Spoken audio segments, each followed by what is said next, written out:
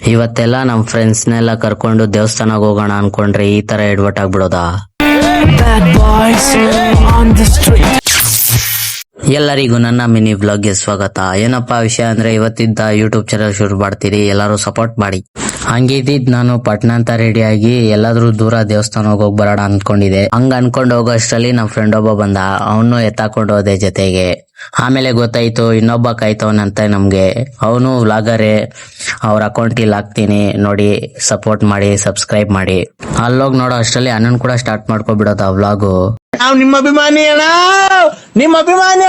ಹೆಂಗೋ ಅಣ್ಣನ್ ಬಂದಂತ ಅವನು ಎತ್ತಾಕೊಂಡು ಇವಾಗ ಇವ್ರಿಬ್ಬರ ಜೊತೆನೆ ನಮ್ಮ ಪಯಣ ಅಂತ ಹೋಗ್ತಾ ಇರ್ಬೇಕಂದ್ರೆ ಇಲ್ಲಿ ಅಣ್ಣವರು ಬೇಕರಿ ಹತ್ರ ಅಡ್ಡ ಹಾಕಿದ್ರು. ಅದೇನಕ್ಕಂದ್ರೆ ಕಾಫಿ ಕುಡಿಯಕ್ಕೆ.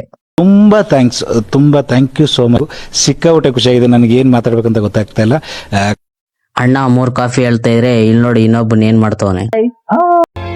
ಆವತ್ತು ಇವರ ಮುಖದಲ್ಲಿ ಒಂದು ತೇಜಸ್ಸನ್ನ ನೋಡಿದೆ.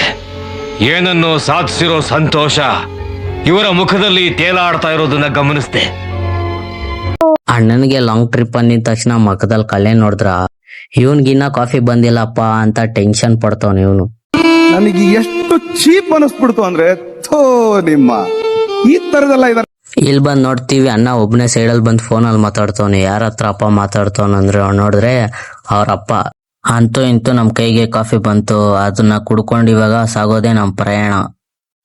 ಇಲ್ಲಿ ನನ್ ಮಗನ್ ಕಾಫಿ ಕುಡಿಯೋ ಅಂದ್ರೆ ನೋಡಿ ಗೈಸ್, ವ್ಲಾಗ್ ಮೇಲೆ ವ್ಲಾಗು, ಇವ್ ಸ್ನ್ಯಾಪ್ ಮೇಲೆ ಸ್ನ್ಯಾಪ್. ಇವ್ ನಾಚಿಕೆ ಪಡ್ತವನೆ ಏನಪ್ಪಾ ಮಾಡ್ಬೇಕು ಅಂತ.